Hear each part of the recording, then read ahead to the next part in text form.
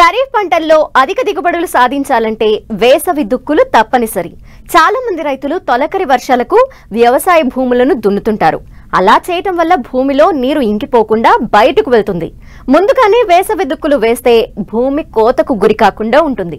ప్రస్తుతం వానాకాలం దగ్గర పడుతుంది. ఖాళీగా ఉన్న భూముల్లో రైతులు వేసవి దుక్కులు చేయటం వల్ల కలిగే ప్రయోజనాల గురించి తెలియజేస్తున్నారు వరంగల్ ప్రాంతీయ వ్యవసాయ పరిశోధనా స్థాన శాస్త్రవేత్త డాక్టర్ ఆర్ శ్రావణ్ కుమార్.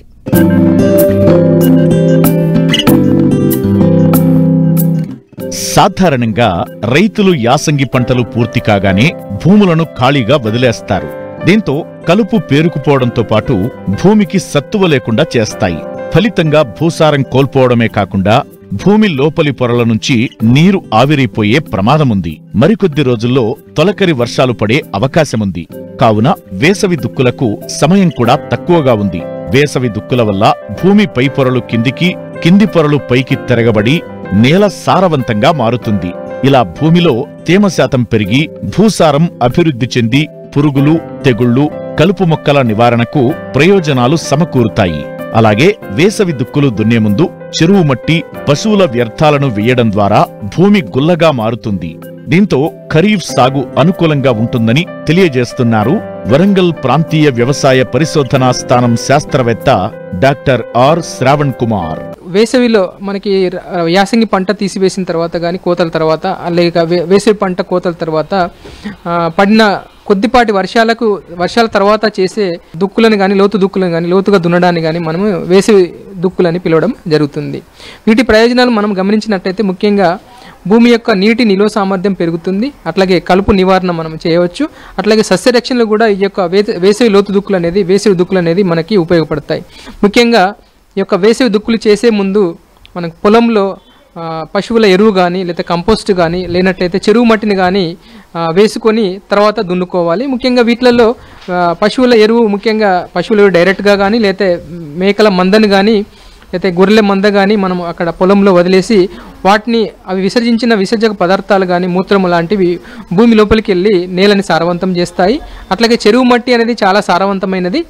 చెరువు మట్టిలో ముఖ్యంగా ఈ యొక్క చెరువులోకి మట్టి ఎలా చేరుతుందంటే, వర్షాలు పడినప్పుడు పొలం నుంచి వరద నీరు ద్వారా మనకి పొలంలోని పై పొరలోని సారవంతమైన భూమి మట్టి అంతా కూడా చెరువులోకి చేరుతుంది. కాబట్టి చెరువు నుంచి తీసిన మట్టిని మనము పొలంలో వేసుకొని వాటిని తర్వాత మనము దున్నినప్పుడు కలియ దున్నడం ద్వారా నేలంతా కూడా సారవంతం కావడం జరుగుతుంది. ముఖ్యంగా ఈ చెరువు మట్టిలో చాలా రకాల సూక్ష్మ పోషక పదార్థాలు, అట్లాగే స్థూల పోషక పదార్థాలు మనకి పంటకు ఉపయోగపడి పంట మంచి దిగుబడి రావడంలో దోహదపడతాయి. ముఖ్యంగా నత్రజని, భాస్వరము, అట్లాగే పొటాష్ ఎరువులు కూడా దీంట్లో మనకి ఉండడం గమనించవచ్చు. ముఖ్యంగా 0.3% నత్రజని, 0.2% భాస్వరము, అట్లాగే 0.4% పొటాష్ ఎరువులు అనేవి మనకి యొక్క చెరువు మట్టిలో ఉంటాయి. వీటిలో ముఖ్యంగా ఇలా మనం వేసవి దుక్కులు చేసినప్పుడు లోపలి పొరలన్నీ కూడా పగిలిపోయి మట్టి అంతా కూడా పగిలిపోయి నేల గుల్లబారడం జరుగుతుంది. దీని ద్వారా మనము విత్తనాలు విత్తుకున్నప్పుడు విత్తనాలు మంచిగా మొలవడం జరుగుతుంది. అట్లాగే నేలలోని వివిధ పొరల వరకు కూడా వేరు వ్యవస్థ వ్యాపించి వివిధ పొరల నుంచి ఆహార పదార్థాలను, పోషక పదార్థాలు కానీ, నీరు కానీ వాటిని పీల్చుకొని మొక్క మంచిగా బలంగా ఆరోగ్యవంతంగా పెరుగుతుంది. కాబట్టి రోగాలు కానీ, తెగుళ్ళు కానీ, అలాగే పురుగులు కానీ రాకుండా మంచిగా పెరిగి మంచి దిగుబడి రావడంలో ఈ విధంగా మనకి దోహదం పడుతుంది. ఇలా నేల సారవంతం కావడం వల్ల, గుల్లబారడం వల్ల అది భూమిలో ముఖ్యంగా ఈ యొక్క సూక్ష్మజీవులు అనేది పెరగడం జరుగుతుంది. అట్లాగే నేల సారవంతం కావడం జరుగుతుంది. ఈ విధంగా నేల ఆరోగ్యవంతంగా అవుతుంది. కాబట్టి వేసవి లోతు దుక్కులు చేసుకున్నట్లయితే ఈ విధంగా ప్రయోజనం ఉంటుంది. ఇలానే కాకుండా మనకి కలుపు అనేది చాలా ముఖ్యమైన సమస్య. ఏ రకమైన పంటలు చూసినప్పటికీ కూడా ఈ యొక్క కలుపు మొక్కలు అనేది మనకి పంట వేసుకున్నప్పుడు పంటతో పాటు పెరుగుతాయి. తర్వాత కూడా మనకి పంట తీసేసిన తర్వాత కూడా మనం ఈ యొక్క కలుపు మొక్కలను గమనించవచ్చు. ముఖ్యంగా ఈ యొక్క కలుపు మొక్కలు అనేటి మనకి వేసవి లోతు దుక్కులు చేసినప్పుడు ఈ యొక్క భూమిలో ఉండే యొక్క కలుపు మొక్కల అవశేషాలు కానీ, కలుపు మొక్కల విత్తనాలు కానీ, కలుపు మొక్కల దుంపలు కానీ, ఈ రకరకాలైన కలుపు మొక్కల అవశేషాలు అవన్నీ కూడా నిర్మూలించబడతాయి. ముఖ్యంగా ఈ వేసవి లోతు దుక్కుల ద్వారా మొండి జాతి కలుపు మొక్కలైన తుంగజాతి సంబంధించిన ఈ కలుపు మొక్కలు కూడా నిర్మూలించబడతాయి. ఈ తుంగజాతి మొక్కలు ఏంటంటే కలుపు మొక్కలు దుంపల ద్వారా ఇవి మనకి పంటకి పెరుక్కుంటూ మనకి నష్టం చేయడం జరుగుతుంది.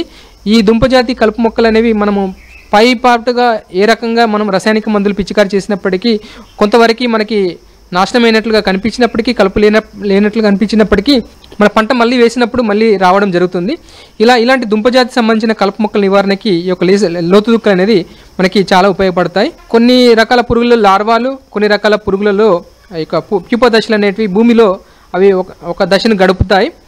ఇలాంటి పురుగుల నివారణకి ఈ యొక్క లోతు దుక్కులు అనేది చాలా వరకు ఉపయోగపడతాయి. ముఖ్యంగా వాటి యొక్క ప్యూప దశ కానీ లేదంటే లార్వ దశ కానీ భూమిలో గడుపుతుంది కాబట్టి ఇలా లోతు దుక్కులు చేసినప్పుడు మనకి ఆ లోపల ఉన్న ప్యూప దశ కానీ లేనట్లయితే కోశస్థ దశలో ఉన్న మనకి లార్వ దశ కానీ వివిధ రకాల దశలు ఈ యొక్క పురుగుల యొక్క దశలు బయటపడి అవి ఎండ వేడికి కానీ అట్లాగే పక్షుల బారిన పడి కానీ మనకి అవి చనిపోవడం జరుగుతుంది. తద్వారా మనకి మన తర్వాత మనకు పంట వేసుకున్నప్పుడు ఈ యొక్క పురుగుల బెడద అనేది చాలా వరకు తగ్గిపోతుంది. ఈ విధంగా మనము సస్యరక్షణలు కూడా ఈ యొక్క లోతు దుక్కులు అనేది మనకి దోహదపడతాయి.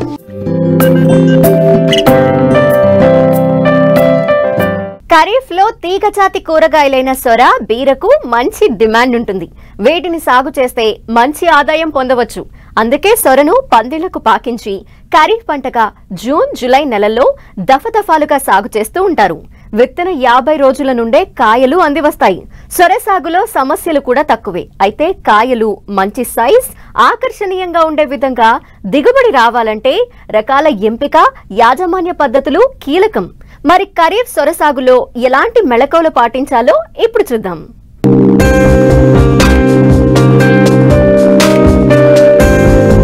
తెలుగు రాష్ట్రాల్లో ముఖ్యమైన పందిరి కూరగాయల్లో ఒకటి సొర.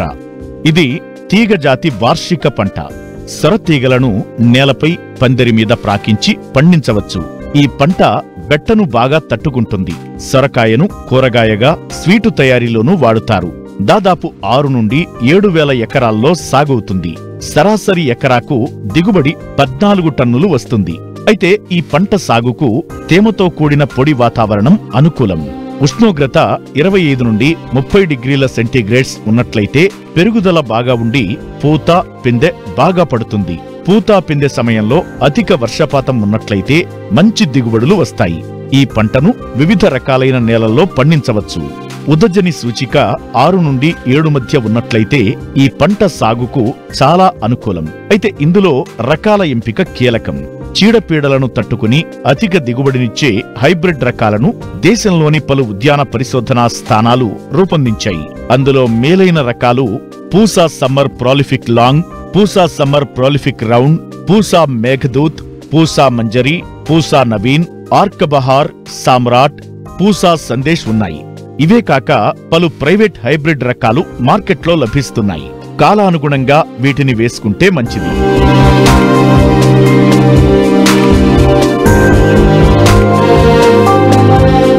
ఖరీఫ్ పంటగా సాగు చేసేటప్పుడు ఎకరాకు 1 నుండి కిలో 200 గ్రాముల విత్తనం సరిపోతుంది. అయితే విత్తే ముందు తప్పనిసరిగా విత్తన శుద్ధి చెయ్యాలి.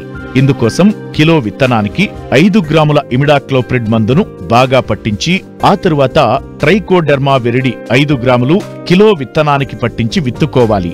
వరుసల మధ్య దూరం 3 మీటర్లు, పాదుల మధ్య దూరం 90 సెంటీమీటర్లు ఉండే విధంగా విత్తుకోవాలి. ప్రతి పాదుకు 3-4 విత్తనములను 1 నుంచి 2 సెంటీమీటర్ల లోతులో విత్తి నీరు పెట్టాలి. 3 నుంచి 7 రోజులలో విత్తనాలు మొలకెత్తుతాయి. పాదుకు 2 బలమైన మొక్కలు ఉంచి మిగిలినవి తీసివేయాలి. ఎరువుల యాజమాన్యం కీలకం. చివరి దుక్కిలో ఎకరాకు 10 టన్నుల పశువుల ఎరువును వేసి బాగా కలియదున్నాలి. 24 నుండి 32 కిలోల భాస్వరం, 20 నుండి 24 కిలోల పొటాష్ను కలుపుకుని సమానంగా పొలమంతా వేసుకోవాలి. నత్రజనిని 32 నుండి 40 కిలోలు 2 సమపాళ్లుగా చేసి 2 దఫాలుగా వేసుకోవాలి. మొదటి సగభాగం విత్తిన 25 రోజులకు, రెండో దఫా పూత పిందె దశలో అంటే విత్తిన 45 రోజులకు వెయ్యాలి. ఎరువులను మొక్కలకు 10 నుంచి 15 సెంటీమీటర్ల ఎడంలో గుంట త్రవ్వి ఎరువు వేసి మట్టిని కప్పి నీరు పెట్టాలి.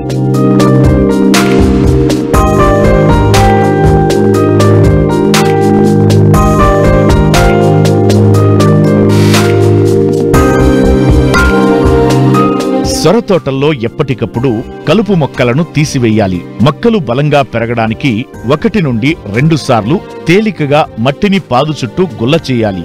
కలుపు నివారణకు అలాక్తోర్ 400 గ్రాములు లేదా బ్యూటాక్లోర్ 600 గ్రాముల మందును 200 లీటర్ల నీటిలో కలిపి విత్తిన 2 నుండి 3 రోజుల్లో నేల మీద పిచికారీ చేయడం ద్వారా నెల రోజుల వరకు కలుపు మొక్కలను సమర్థవంతంగా నివారించవచ్చు. సొరపంటలో అధిక దిగుబడులు సాధించి కాయ నాణ్యత బాగుండాలంటే పైపందిరి పద్ధతిని ఎంచుకోవడం మంచిది. దీని ద్వారా కాయ యొక్క నాణ్యత బాగుంటుంది. నేల మీద పండించడం వల్ల కాయలు వంకరలు తిరిగి ఉండటం జరుగుతుంది. అలాగే కాయలు నేల మీద పెరగటం వల్ల కాయ నేల మీద తగిలిన వైపు తెల్లగా ఉండటం జరుగుతుంది. దీనివల్ల కాయ నాణ్యతపై ప్రభావం పడి మార్కెట్లో రేటు తక్కువగా వచ్చే అవకాశాలు ఎక్కువ. కాబట్టి పైపందిరి పద్ధతిని వినియోగించుకుని పండించడం వల్ల రెట్టింపు దిగుబడులు రావడమే కాకుండా కాయ నాణ్యత బాగుండడం వల్ల మార్కెట్లో మంచి ధర వచ్చే అవకాశాలున్నాయి. మార్కెట్కు తరలించేటప్పుడు కాయలను సంచులలో కాకుండా ప్లాస్టిక్ ట్రేలలో తరలించడం మంచిది. సంచుల్లో తీసుకెళ్లడం ద్వారా మార్గమధ్యంలో కాయలు దెబ్బతినడం జరుగుతుంది. ట్రేలలో తీసుకుపోవడం ద్వారా కాయలు మంచి నాణ్యత కలిగి ఉండి అధిక ధర పలుకుతాయి.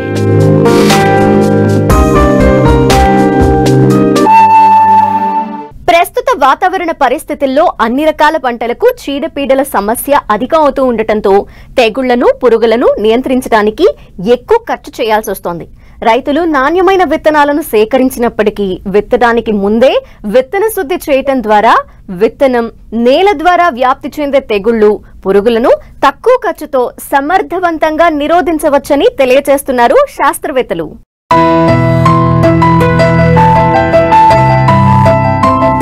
నాణ్యమైన విత్తనాల ఎంపిక ఎంత ముఖ్యమో శుద్ధి చేసిన విత్తనాన్ని నాటుకోవడం కూడా అంతే ముఖ్యం. విత్తన శుద్ధి వల్ల నేల ద్వారా వచ్చే పురుగులు, తెగుళ్ల నుండి పంటను కాపాడుకోవచ్చు.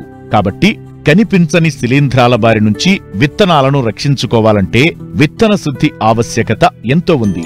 దీనివల్ల మొలక శాతం అధికంగా ఉండి మొక్కల సంఖ్య కూడా పెరిగి మంచి దిగుబడిని సాధించవచ్చు.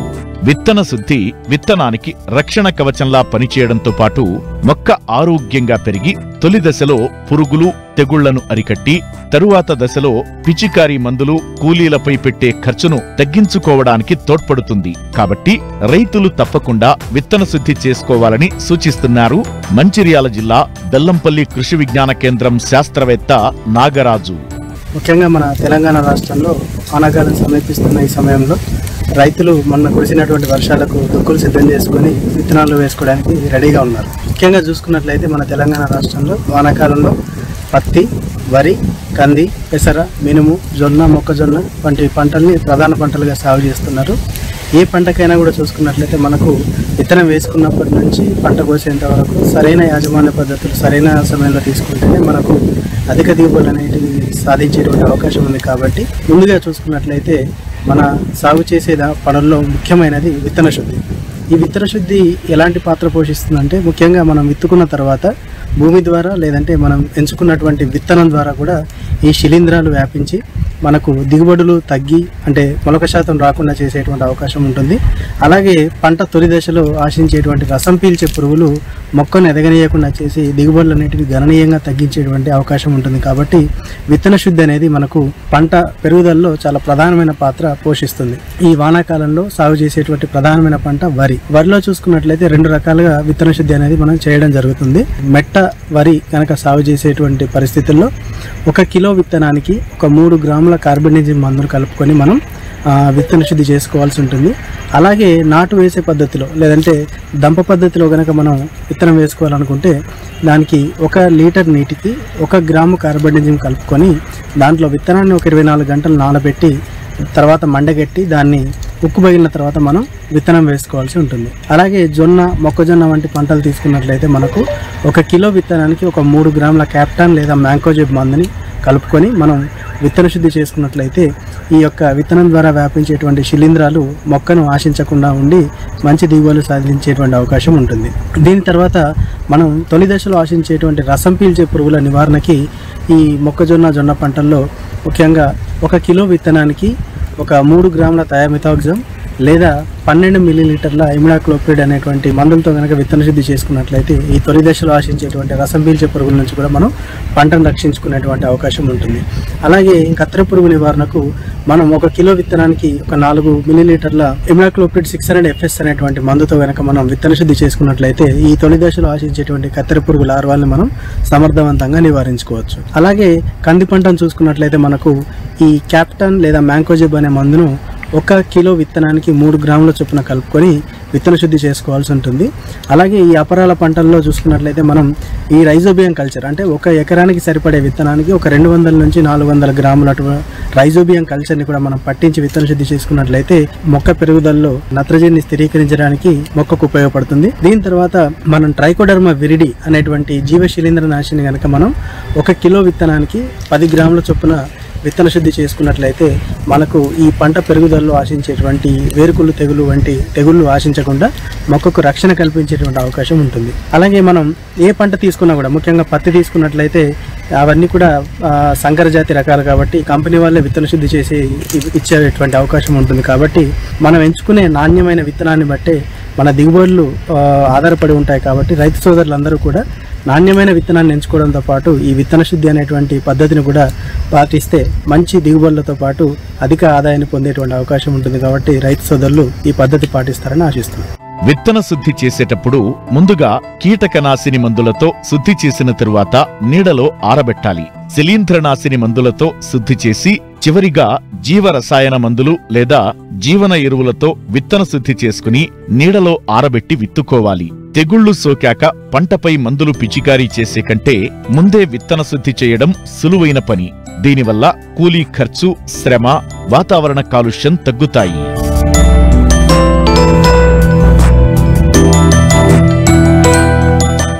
ప్రొఫెసర్ జయశంకర్ తెలంగాణ వ్యవసాయ విశ్వవిద్యాలయం వారు అందిస్తున్న వాతావరణ ఆధారిత వ్యవసాయ సూచనలను ఇప్పుడు తెలుసుకుందాం. హైదరాబాద్ వాతావరణ కేంద్రం అందించిన సమాచారం ప్రకారం రాబో 5 రోజుల్లో అక్కడక్కడ తేలికపాటి నుండి ఓ మోస్తరు వర్షాలు కురిసే అవకాశముంది. పగటి ఉష్ణోగ్రతలు 37 నుండి 43 డిగ్రీల సెల్సియస్, రాత్రి ఉష్ణోగ్రతలు 23 నుండి 30 డిగ్రీల సెల్సియస్ మధ్య నమోదయ్యే అవకాశం ఉంది. కాబట్టి 5 రోజుల పాటు తెలంగాణలో వడగాలులు వీచే అవకాశముంది. తెలంగాణలో అక్కడక్కడ ఉరుములు మెరుపులతో పాటు ఈదురుగాలులతో కూడిన వర్షాలు కురిసే అవకాశముంది. ఉరుములు మరియు మెరుపులతో కూడిన వర్ష సూచనలున్నందున రైతులు విద్యుత్ స్తంభాలు, విద్యుత్ తీగలు, చెరువులు, నీటి కుంటలకు దూరంగా ఉండవలను. రాష్ట్రంలో అక్కడక్కడ వివిధ జిల్లాలలో ఉరుములు, మెరుపులతో కూడిన వర్ష సూచనలున్నందున రైతులు చెట్ల కింద నిలబడరాదు. పశువులు, గొర్రెలు, మేకలను చెట్ల కింద ఉంచరాదు. కోసిన పంటలను ముందు జాగ్రత్తగా సురక్షిత ప్రాంతానికి తరలించవలను. మార్కెట్కు తరలించిన ధాన్యం తడవకుండా టార్పాలిన్తో కప్పి ఉంచవలను. రాబో 5 రోజుల్లో తేలికపాటి నుండి ఓ మోస్తరు వర్షాలు కురిసే సూచనలున్నందున రైతులు వేసవి జల్లులను ఆసరా చేసుకుని వేసవి దుక్కులు చేసుకోవాలి. తద్వారా భూమి గుల్లబారి నీటి నిల్వ శక్తి పెరుగుతుంది.